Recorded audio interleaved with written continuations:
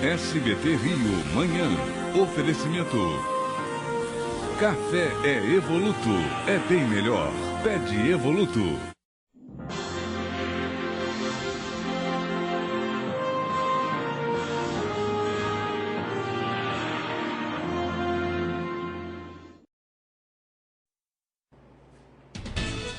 Arcebispo do Rio de Janeiro é assaltado no Sumaré. Dom Orani Tempesta saía da residência oficial quando foi abordado por 3 homens armados.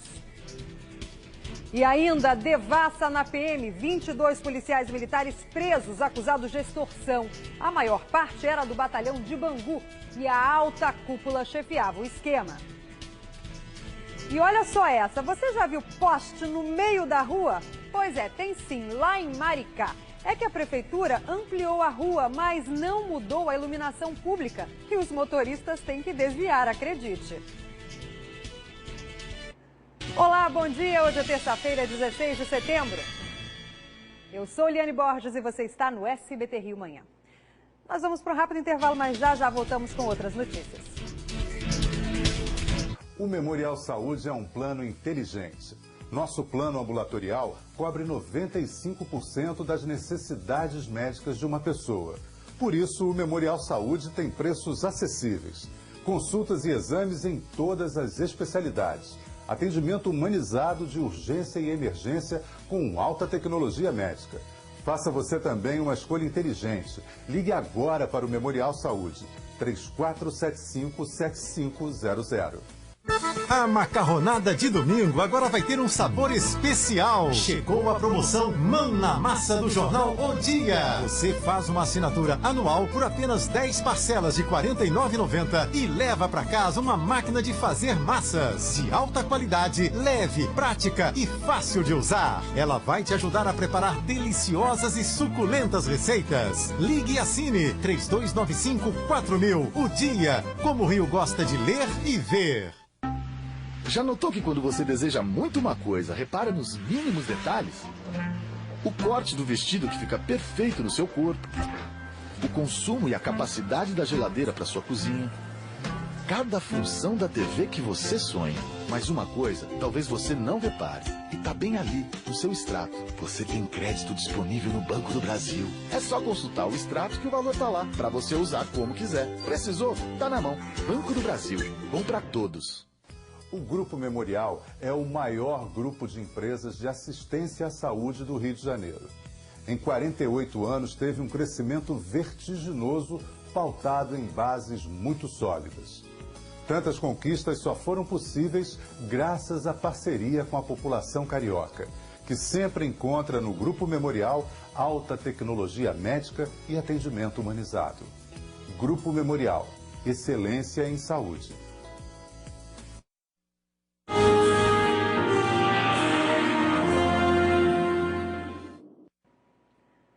Para você que já levantou da cama e cheio de coisas na cabeça, acertei? Então, melhor mesmo é acordar, né? E que tal começar despertando com um gostoso cafezinho Evoluto? Você já experimentou? É bem melhor. Peça Evoluto na sua próxima compra. É um café com sabor forte, gostoso, produzido pela Cochupé, a maior cooperativa de café do mundo. É um investimento constante em tecnologia, fundamental para o aperfeiçoamento do trabalhador rural, onde adultos e crianças também se engajam em ações ambientais e respeito à cidadania. Café Evoluto, por trás dessa marca tem uma história saborosa para contar. E voltando às notícias do Rio, sobrou em relação à violência até para o arcebispo. Dom Orani Tempesta foi assaltado. Um dos criminosos chegou a pedir desculpas ao reconhecê-lo e mesmo assim continuou a ação. Vamos ao vivo com o Daniel Penafirme. Bom dia, Daniel. Conta tudo como é que foi esse assalto. Pois é, Eliane Borges, muito bom dia para você. Agora veja, até o arcebispo entrou na dança, não estão perdoando nem a autoridade religiosa. Ele saía de uma missa e se dirigia à Rádio Catedral, que é a rádio da Igreja Católica que fica no bairro da Glória, aqui na Zona Sul do Rio de Janeiro, e passava por Santa Teresa. Quando o carro que estava com o arcebispo, com o seminarista que o acompanha e também o fotógrafo da Arquidiocese, passava por Santa Teresa, o veículo foi aí interceptado por um outro veículo, de onde saíram 2 homens de dentro desse carro, um deles armado. Ele reconheceu o arcebispo, pediu desculpas ao arcebispo, mas mesmo assim fez a limpa no grupo, levou a batina do seminarista que acompanhava o Dom Orani, né, e além do cordão com o crucifixo, o anel sacerdotal do arcebispo e também uma caneta dele. Acontece que alguns metros depois, os bandidos fugiram, levando aí os pertences do grupo, mas acabaram abandonando os pertences alguns metros depois. A polícia foi acionada e encontrou os objetos ainda no meio da rua. O equipamento do fotógrafo que acompanhava o arcebispo, fotógrafo da Arquidiocese do Rio de Janeiro, esse sim foi levado pelos bandidos, Liane. Agora, então, explicando, Daniel, o anel dele, a roupa, a vestimenta do arcebispo, esses foram recuperados ou não? Foram recuperados, Liane, o cordão com o crucifixo do arcebispo, o anel dele, a caneta e a batina do seminarista que o acompanhava, esses itens foram recuperados. Os bandidos acabaram levando mesmo o equipamento do fotógrafo da Arquidiocese. Esse aí, os bandidos, digamos assim, não aliviaram. O material que alude, de certa forma, à religião, material religioso, esse sim foi abandonado ali na rua, em Santa Teresa, e acabou sendo encontrado pela polícia depois. Até porque eles não teriam como revender. Imagina, você chegar com um crucifixo, com uma batina e tentar vender, né? Seria muito difícil, porque outro padre, obviamente, não compraria e a polícia rapidamente capturaria esses bandidos, né? Saberia a origem. Não é todo dia que se assalta uma pessoa assim religiosa, né? Principalmente da alta cúpula da igreja, como é o caso do Dom Orani. Passou um susto, né? Eu não sei o que ele falou, gostaria até de ouvi-lo, porque como membro da Igreja Católica, talvez ele tenha passado um sermão nos bandidos, ou não, na hora só entregou tudo o que ele tinha. Fato é que qualquer um de nós, né, simples mortais, qualquer pessoa que esteja passando pela rua pode enfrentar a bandidagem. Agora, realmente, essa é de doer. A Arquidiocese ainda não emitiu nenhuma nota esclarecendo exatamente como foi os detalhes, mas a polícia está passando as informações até para a gente saber exatamente quem são os bandidos e se eles conseguem, porventura, reconhecê-los. Agora vamos voltar com o Daniel. Já que você está aí, Daniel, aproveita, por favor, dá a previsão do tempo para que a gente possa ir para um intervalo. Liane, previsão para hoje é de céu parcialmente nublado, passando a nublado, com algumas formações de nuvens. Não há previsão de chuva. Temperatura varia entre a mínima de 20 e a máxima de 32 graus.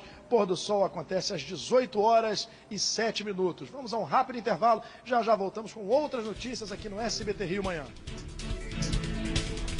Se você busca atendimento médico de excelência, venha para o Assim Saúde.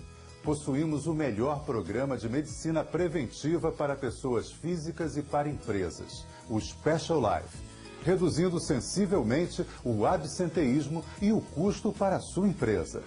Ligue agora para 2102-9797 e faça como milhares de cariocas. Escolha o melhor plano do Rio, Assim Saúde. Já notou que quando você deseja muito uma coisa, repara nos mínimos detalhes? O corte do vestido que fica perfeito no seu corpo, o consumo e a capacidade da geladeira para sua cozinha, cada função da TV que você sonha. Mas uma coisa, talvez você não repare, e tá bem ali, no seu extrato. Você tem crédito disponível no Banco do Brasil. É só consultar o extrato que o valor tá lá, para você usar como quiser. Precisou? Tá na mão. Banco do Brasil. Bom para todos. Votar parece ser muito simples, fácil e seguro. E é mesmo, dá para fazer em poucos segundos. Mas você não imagina o trabalho que existe por trás disso.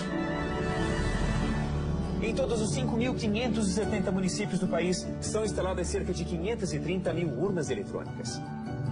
São 3.222 juízes eleitorais trabalhando o tempo todo. O Brasil foi o primeiro país do mundo a ter eleições realizadas pela Justiça Eleitoral. Um poder isento que garante a democracia. São também mais de 2 milhões de mesários. É mais gente do que a população de muitas cidades do mundo. Os votos dos quase 143 milhões de eleitores são apurados e o resultado é divulgado em questão de horas. É isso que a Justiça Eleitoral faz há 70 anos. Garante a você o direito ao voto de forma segura e imparcial. E depois da eleição, é hora de julgar milhares de processos e preparar a próxima. O trabalho não para. TSE, Justiça Eleitoral.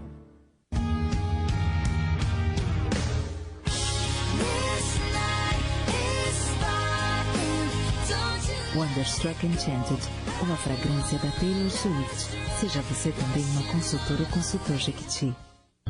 Solte os reféns agora e saia. Entrem atirem-neis! Vamos com força total, ao meu comando. Avançar, avançar, avançar!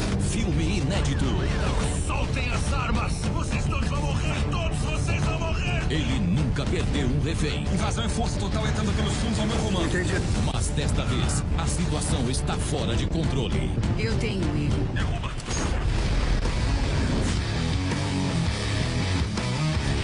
SWAT, Comando Especial 2. No Cine Espetacular. Hoje, 11 da noite. Você é o alvo. No SBT. SBT Rio, manhã. Oferecimento. Café é Evoluto. É bem melhor. Pede Evoluto.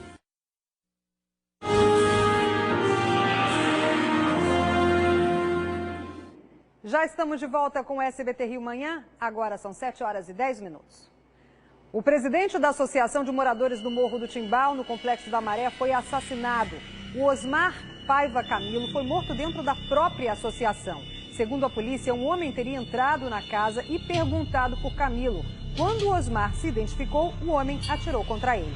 Moradores da comunidade socorreram a vítima e a levaram para o Hospital Geral de Bom Sucesso, mas ele não resistiu aos ferimentos. A Delegacia de Homicídios instaurou um inquérito para apurar as circunstâncias dessa morte. Mais uma, com o presidente da Associação de Moradores. Em muitos casos, há relação com o crime, com o tráfico de drogas da região. Vamos ver o que a polícia fala em relação a mais esse caso. E foi preso um dos chefes do tráfico do Complexo da Penha. O criminoso, que é primo do traficante Piná, cumpria pena em regime semiaberto. E após a prisão de Piná, Escobar fugiu em agosto desse ano e assumiu o comando do tráfico de drogas na região. Quem conta pra gente é a Daniele Correia. Luiz Fernandes Procópio Ferreira, de 34 anos, o Escobar, foi preso na comunidade Vila Cruzeiro, no Complexo da Penha. O traficante, que cumpria pena em regime semiaberto, estava foragido desde agosto, quando retomou o comando do tráfico de drogas. Escobar assumiu o tráfico no Complexo da Penha no lugar do primo, Bruno da Silva, o Piná, que foi preso em abril deste ano. Ele também é um dos responsáveis pelo tiroteio na corrida Desafio da Paz, que aconteceu em maio do ano passado. E durante uma reunião de cúpula, no Complexo do Alemão e no Complexo da Penha, ficou decidido que o Escobar reassumiria esse controle e inclusive teria permitido e ordenado o retorno de ataques aos PMs e às bases das unidades de polícia pacificadora. O Eduardo Oliveira está ao vivo conosco, tem outros detalhes. Eduardo, bom dia para você. Em relação a essa prisão desse chefão, como é que a polícia conseguiu chegar até ele? Por favor, conte mais detalhes. Olha, Eliane Borges, bom dia. A investigação da Delegacia da Penha, há algum tempo os investigadores estavam tentando capturar o Escobar, o primo do traficante Piná, que foi preso em abril deste ano na região dos Lagos, ele e o 2D. E uma informação, logo depois da prisão dele, viu, Eliane Borges, por ordem do tráfico, o comércio foi obrigado a fechar as portas lá na Vila Cruzeiro, no Complexo da Penha. Eles ficaram fechados por cerca de 3 horas e aí só depois então reabriram as portas. É um traficante extremamente importante e estava realmente por trás desses ataques realizados às bases das UPPs, tanto no Complexo do Alemão como também no Complexo da Penha. Bom, então espero que com a prisão dele cessem esses ataques, Porque está virando rotina naquela região. Eduardo, muito obrigada pelas informações. Parabéns a você pela apresentação do SBT Rio. Logo mais às 11h45, novamente no lugar da Isabelle Benito, que está de férias. Muito obrigada e um bom dia. Bom dia. E agora você vai ver uma reportagem exclusiva sobre o policiamento à noite no Complexo do Alemão, onde o comandante da UPP foi morto na semana passada. O Eduardo foi lá conferir as condições em que os policiais trabalham numa das comunidades, que você já sabe, mais perigosas aqui do Rio. Neste momento são 11 horas da noite. Nós estamos na estrada do Itararé com Rua Nova, subida para a sede da UPP Nova Brasília. Tem algumas equipes que fazem a segurança neste ponto aqui e logo ali na frente já escurece. Muitas vezes os transformadores dessas comunidades são destruídos pelos criminosos. Daí a imagem fica literalmente assim, às escuras. Olha, a única luz que a gente observa aqui é o farol agora da viatura que desce. Tem pelo menos aí 6 homens fazendo a segurança. E eles passam a madrugada dessa mesma forma. Não podem descansar sequer um minuto e sempre de vigília. Geralmente os criminosos vêm em becos como este, eles se aproximam aqui, ó, atiram em direção aos policiais e saem correndo. Nós estamos no beco da creche, um dos lugares mais perigosos aqui da comunidade de Nova Brasília. E finalmente a gente consegue chegar, olha só, bem, praticamente em frente à sede da UPP Nova Brasília, onde tem uma concentração maior de policiais militares que fazem a segurança aqui no local, porque desde a morte do capitão Anderson na semana passada, o policiamento foi reforçado pelo Comando Geral da Polícia Militar. Em muitos pontos como este, os policiais são obrigados a fazer a patrulha durante a madrugada. Eu saí desta viela, ela fica praticamente em frente à sede da UPP Nova Brasília. Não é qualquer um que tem coragem de ir lá durante a noite, não. O morador já está acostumado, mas uma pessoa que não conhece a rotina tem muito medo, e com razão. Até a polícia fica de vigília. Aliás, parabéns mais uma vez ao Eduardo pela reportagem, a coragem de ir lá. Também o Luciano Teles, o cinegrafista que o acompanhou, e o auxiliar de câmera. Todos foram corajosos acompanhando essa incursão policial. Agora, segundo a Polícia Militar, o tiroteio foi por volta das 10 horas da noite de ontem, quando policiais da UPP se depararam com bandidos que atiraram contra a guarnição. Os agentes trocaram tiros com criminosos que fugiram. E minutos depois, uma mulher procurou os militares pedindo ajuda para o namorado, que havia sido baleado.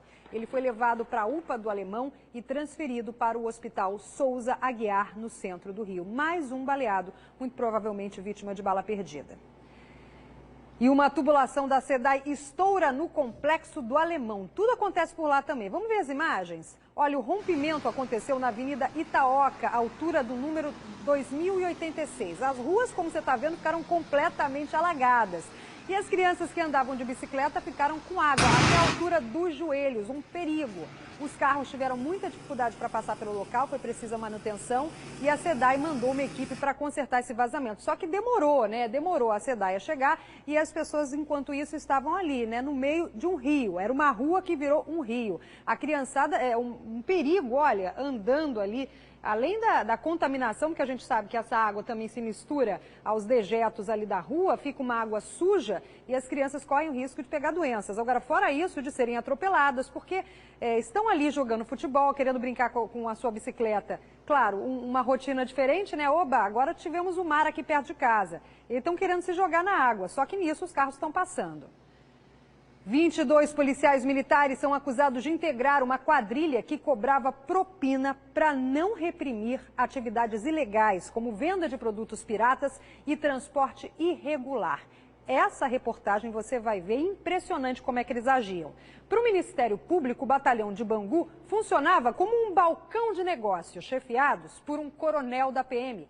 As informações com Léo Santana. O terceiro homem mais poderoso da Polícia Militar no Rio foi preso em casa no Leme, na Zona Sul. O coronel Alexandre Fontinelli Ribeiro de Oliveira é acusado de comandar uma quadrilha que atuava no batalhão de Bangu, na zona oeste da cidade. O grupo cobrava propina e ameaçava comerciantes, mototaxistas e motoristas de vans que não colaborassem com o esquema. De acordo com a denúncia do Ministério Público, a associação criminosa atuava com farda da PM e usava armas, carteiras funcionais e viaturas para extorquir as vítimas. Havia realmente uma organização, né, empresária, né, tanto que é Amigos S.A., justamente porque existe uma presidência, existe toda uma diretoria da S.A. e as equipes de venda eram os praças. Fontenelle comandava o esquema que cobrava de R$30 a R$2.600 das vítimas. Outros 5 oficiais do batalhão de Bangu foram denunciados. 18 praças recolhiam a propina e repassavam o dinheiro para os chefes. Alexandre Fontenelle chefiava o COI, o Comando de Operações Especiais, e coordenava a tropa de elite da PM, o BOP e a tropa de choque. Ele recebe R$17 mil líquidos de salário, mas queria mais. Na carteira do oficial foi encontrado este bilhete com a divisão de R$27 mil de propina. R$10 mil para ele e o restante para outros integrantes do bando. Não há uma vacina contra a corrupção. Nós temos que fazer e continuar fazendo e dando um caráter exemplar para essas prisões de fazer com que essa incidência diminua. R$ 287 mil em dinheiro, além de joias, foram apreendidos na casa do Major Edson Alexandre Pinto de Góes, coordenador de operações do Batalhão de Bangu. Ele é apontado como tesoureiro do grupo e está foragido.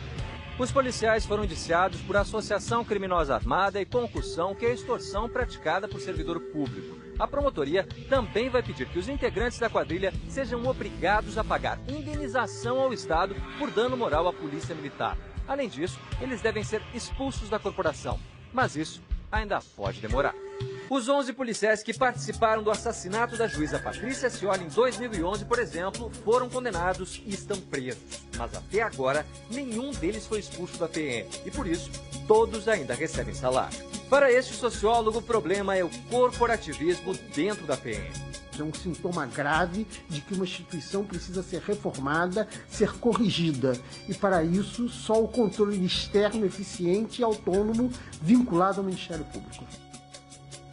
E o cúmulo do absurdo é demorar tanto assim para punir, para expulsar os policiais que foram pegos com a boca na botija, né? Com o dinheiro dentro de casa, os outros lá acusados da morte de uma juíza. Agora, esse dinheiro que foi encontrado na casa desses policiais, se for constatado, comprovado que é de origem ilícita, volta para os cofres públicos.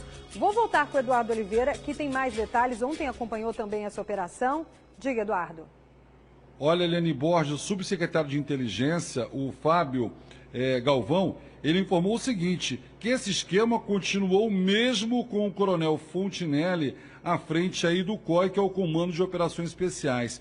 Porque esse esquema de corrupção e de propina teria começado na época em que ele era o coronel do 14º Batalhão, o Batalhão de Bangu, que já tem uma longa história dos últimos 20 anos de corrupção e vários comandantes já foram trocados com o objetivo de tentar cessar isso de uma vez por todas. Mas mesmo ele tendo saído do Batalhão de Bangu, ele continuou com esse esquema e a polícia, a subsecretaria, junto com o GAECO, vai continuar investigando e eles acreditam que ainda tem muito mais policiais militares a serem presos, viu, Eliane Borges?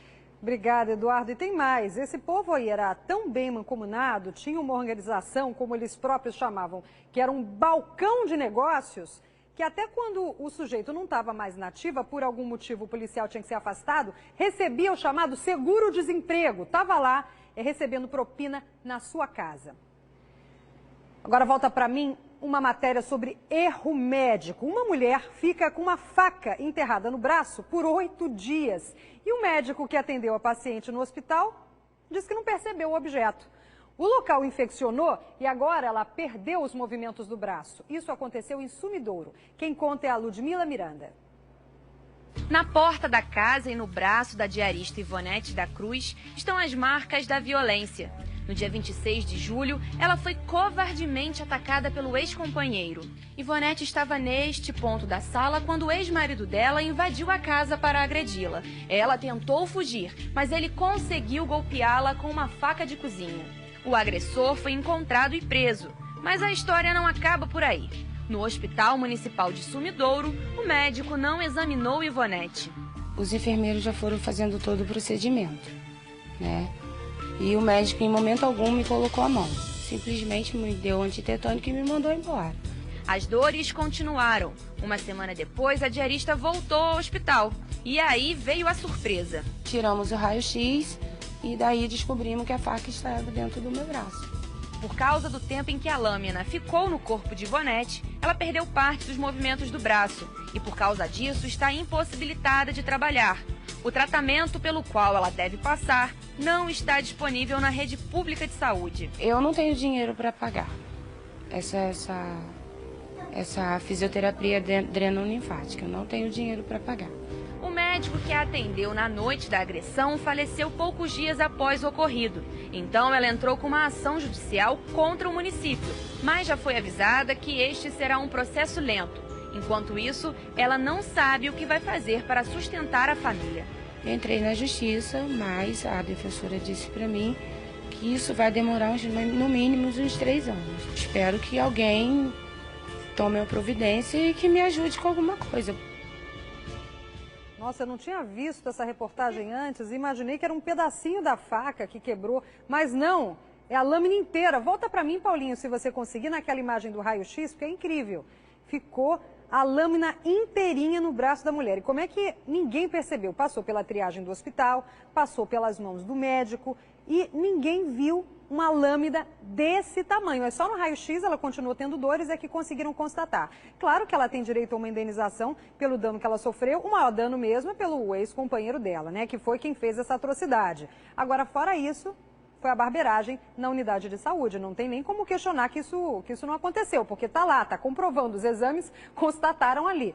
É incrível isso. Eu até já fiz reportagens aqui de médicos que esqueceram instrumentos, o instrumentador esqueceu objetos durante operações. Agora, uma lâmina desse tamanho e ninguém perceber é surreal. E você que está saindo de casa agora, já está atrasado para o trabalho, vamos dar uma olhadinha nas câmeras da 7 Rio, lá pela Avenida Brasil. A gente já começa com as imagens da altura da linha vermelha, 7 horas e 25 minutos. Já dá para perceber que o trânsito está bem engarrafado por aí. Você vai passar, olha a dor de cabeça. E esse é outro trecho, a gente já vê a altura do Caju. Por aí o fluxo segue sem retenções.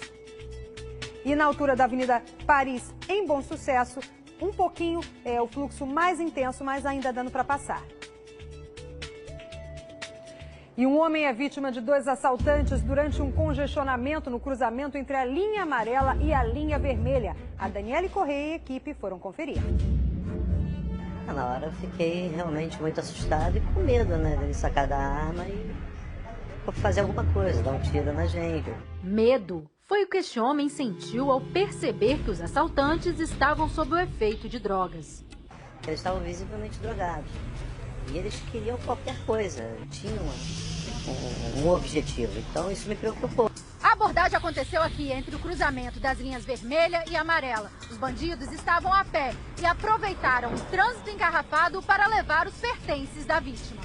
Edilson Nascimento da Conceição, de 32 anos, e Alexandre de Jesus dos Santos, de 27, ainda tentaram fugir logo após o assalto, mas acabaram capturados pela polícia. Fomos avisados populares que havia um assalto em andamento.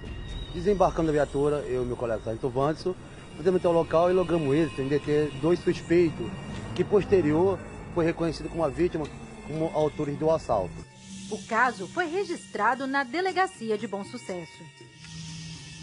E esse trecho aí tá um horror realmente na linha amarela, porque engarrafa ali e as pessoas não têm o que fazer, né? Tem que entregar tudo. A equipe da madrugada mesmo me contou que quando estava indo fazer a matéria, tinha gente seguindo e eles tiveram que fazer rapidamente a passagem da Daniele ali no local para sair dali correndo.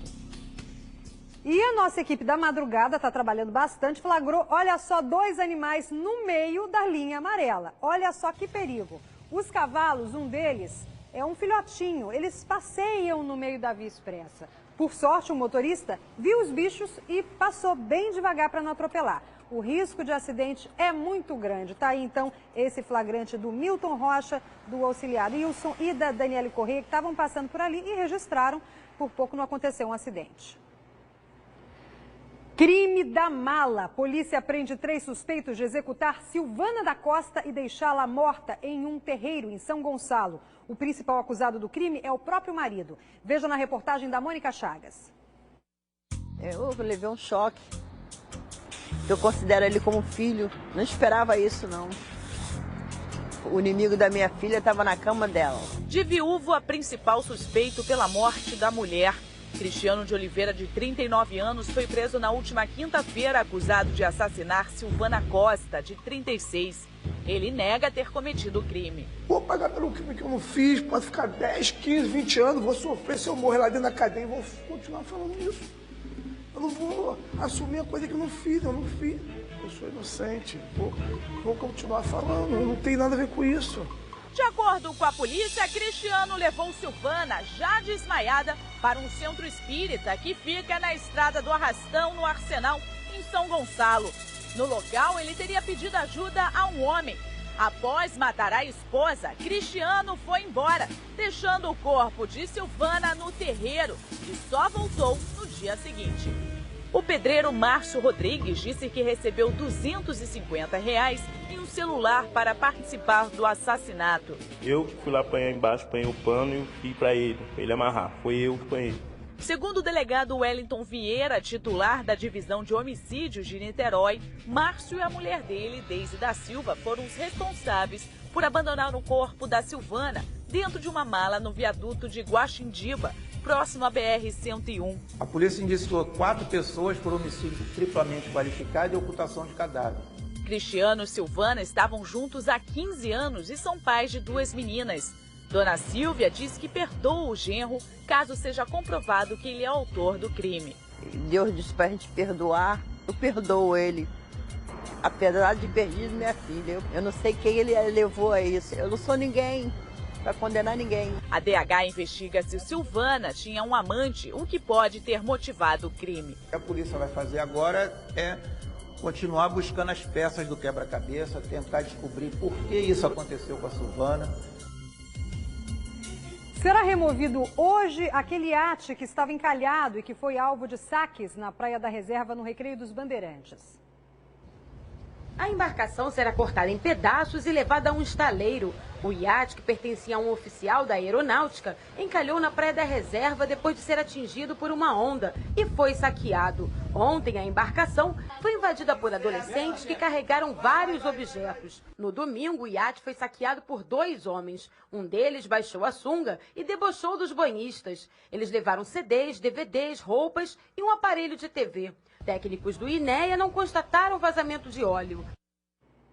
De acordo com a Marinha, o inquérito administrativo sobre o acidente já foi instaurado e deve ser concluído em 90 dias. Uma pena ter que cortar em pedacinhos esse iate aí.